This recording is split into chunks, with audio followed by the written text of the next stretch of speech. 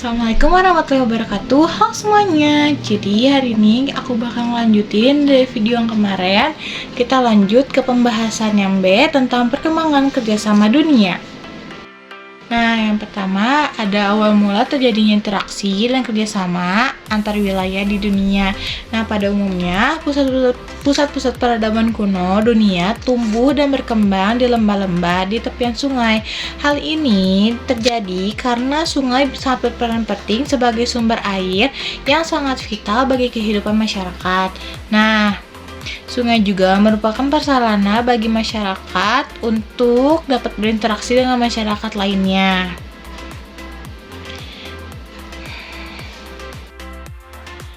Kerjasama antar wilayah yang terjadi pada zaman peradaban kuno dapat dilihat dari hubungan perdagangan yang berlangsung melalui jalur darat antara lembah sungai Idrus dan Mesopotamia.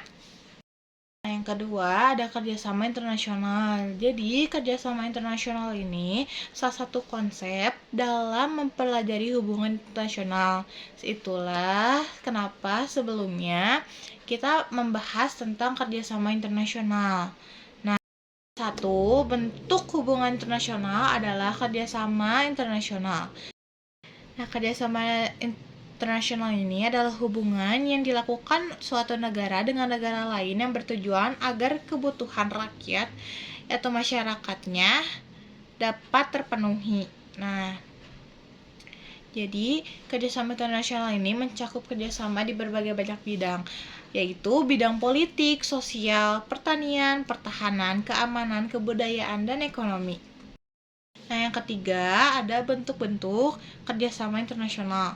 Jadi, kerjasama antar negara ini dapat dilakukan dalam berbagai bentuk, yaitu ada letak geografis, ada jumlah negara yang ikutnya, terus ada tujuannya, lapangan usaha yang memadasi kerjasama terbentuknya kerjasama tersebut.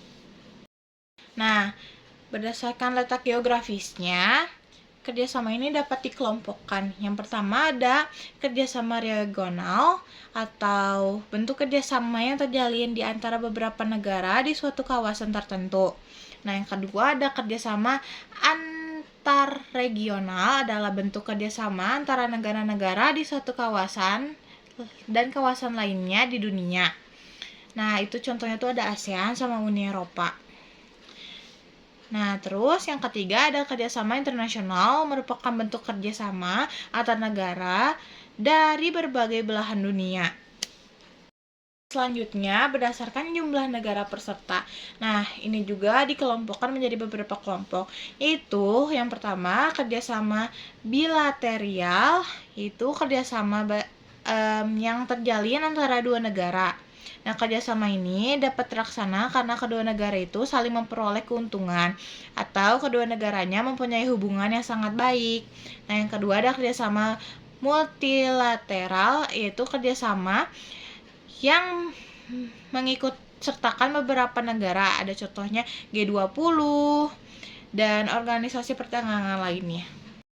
Nah, yang keempat ini ada profil lembaga kerjasama internasional. Yang pertama ada ASEAN. Nah, ASEAN ini adalah organisasi geopolitik dan ekonomi dari 10 negara di Asia Tenggara. Yang kedua ada Uni Eropa. Jadi Uni Eropa ini sebuah organisasi antar pemerintah dan supranasional yang anggotanya terdiri dari negara-negara Eropa. Nah, ada 27 negara. Selanjutnya ada G20 atau Group of 20 atau kelompok 20.